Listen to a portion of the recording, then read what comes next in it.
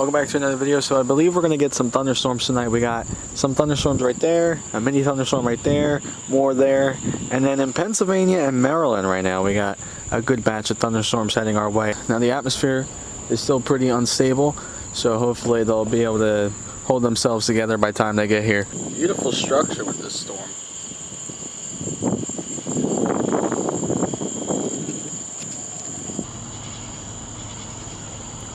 Holy crap!